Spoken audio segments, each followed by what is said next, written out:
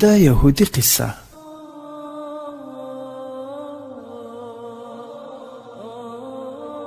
حضرت ابن عباس رضی الله تعالی عنہ فرمایي چې په شام کې یو یهودي اوسېدی. هغه به د تورات تلاوت کاوه. یو ځل یې تورات پرانیست، نو هغه کې 4 ځایونو باندې د نبی اکرم صلی الله علیه وسلم تعریف او صفت ولیده. یهودي هغه ځایونه کټ کړل او ویې سوځل. بله ورځ هغه بیا تورات پرانیست، نو 8 ځایونو کې د نبی اکرم صلی الله علیه وسلم تعریف او صفت ولیدو.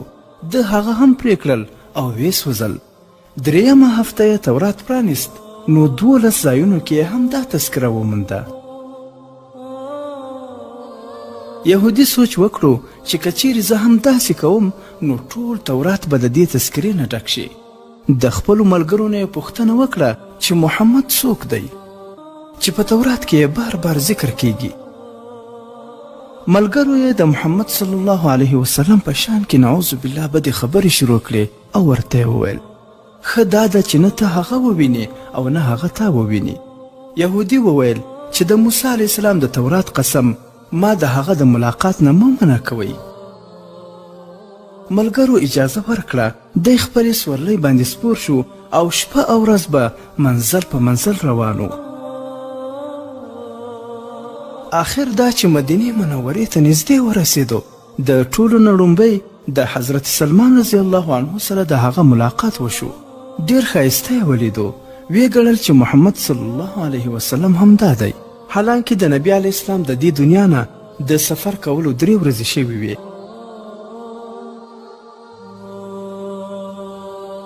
حضرت سلمان رضی الله عنه د هغه په خبره په ژړا شو او ویې ویل چې زه خو د هغه خادم او غلام یم. یهودي وویل چې بیا نو محمد صلی الله علیه وسلم چیرته دی؟ اوس سلمان رضی الله تعالی عنه په سوچ کې پریوتو. که د وفات خبره ورته اوروم نو دا به واپس شي، او که دا ورته ووایم چې موجود دی نو دروغ بشي. آخر یې ورته وویل زه به تا د نبي علیه الصلاة وسلام صحابه ولبوزم.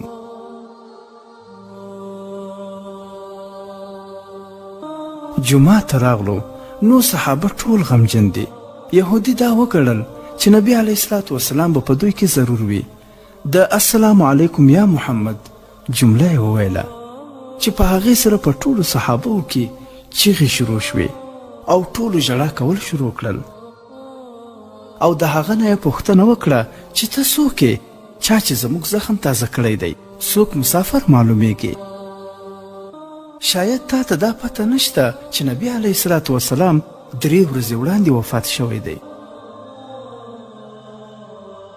دا چې یې واورېدو هغه یهودي چیغې کړې هی زما غمه، هی زما غمه، د سفر ناکامۍ، ارمان زما مور څه زیږولی نه وی، او که زیږولی خو ارمان چې ما تورات نه وی لوستلی، او که هغه هم ما لوستلی خو ارمان چې د محمد صلی الله علیه وسلم په تعریف او صفت باندې مې نظر نه وی پریوتی، او که دا هم شوی وی خو ما ته د نبی علیه الصلاة وسلام زیارت نصیب شوی وی.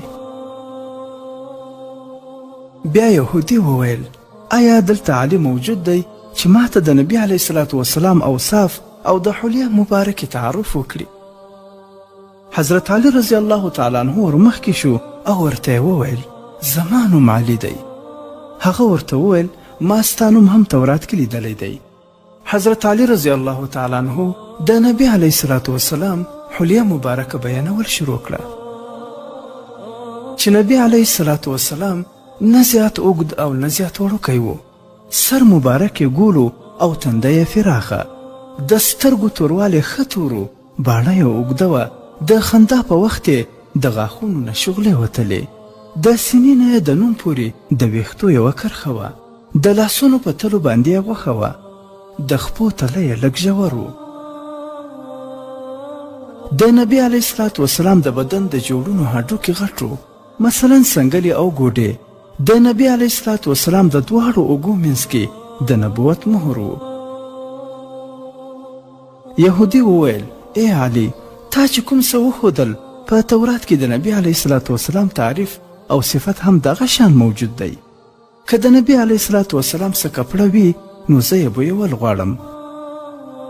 حضرت علی رضی الله تعالی عنہ وفرمایل ای سلمانه لاړ شه فاطمې ته ووایه چې د خپل پلار یعنی د رسول الله صلی الله علیه وسلم چپنه لږه راولېږه. حضرت سلمان رضی الله تعالی عنہ دروازې ته راغی او اواز یې وکړو ای د فخر الانبیا دروازې، ای د زین الاولیاء دروازې. دننه حسن او حسین ژړل، دروازه یې ووهله. نو د حضرت فاطمې رضی الله تعالی عنها آواز راغی چې د یتیمانو دروازه څوک ډبوي. حضرت سلمان رضی الله تعالی عنہ خپل نوم وښود او د حضرت علی رضی الله تعالی عنہ پیغام یې ورکړو. هغې په ژړا کې وویل زما د پلار چغه یعنې چپنه به څوک اغوندي. حضرت سلمان رضی الله عنه ورته ټوله قصه واوروله. هغې چغه راوایستله چې وزه یې د خرماو په ریښه باندې ګنډلې شوې وه. حضرت علی رضی الله تعالی عنه هغه ونیوه او بویه کړه. بیا نور صحابه وو، بیا یهودي ونیوه او بویه کړه او ویې ویل واه څنګه ښه خوشبو ده. بیا د نبی علیه الصلاة والسلام قبر ته حاضر شو. بیا یې د اسمان طرف ته سر اوچت کړو چې ای الله زه ګواهي ورکوم چې ته یو یې او واحد لا شریک یې، کائنات ستا محتاج او ته بې نیازه یې، او زه دا هم ګواهي ورکوم چې د دې قبر شریف والا ستا حبیب دی. کوم څه چې دوی فرمایلی دي زه د هغې ټولو تصدیق کوم او په هغې ایمان راوړم. ای الله که زما اسلام ستا په بارګاه کې قبول وي نو زما روح اوس واخلې. دا یې وویل همالته پرېوتی او روح یې ورکړو. حضرت علی رضی الله تعالی عنه هغه ته غسل ورکړ او په جنت البقیع کې دفن کړو. ګرانو مسلمانانو ورونو، دا قصه له تنبیه الغافلین کتاب څخه د واقعاتو ذخیره په 153 صفحه کې راخیستې ده. ټولو ملګرو څخه هیله کوو چې زموږ دغه یوټیوب چینل هم سبسکرایب کړي، هم یې خوښ کړي او هم د نورو ملګرو سره شریک کړي، یا نور ملګري ورته هم راوبلئ.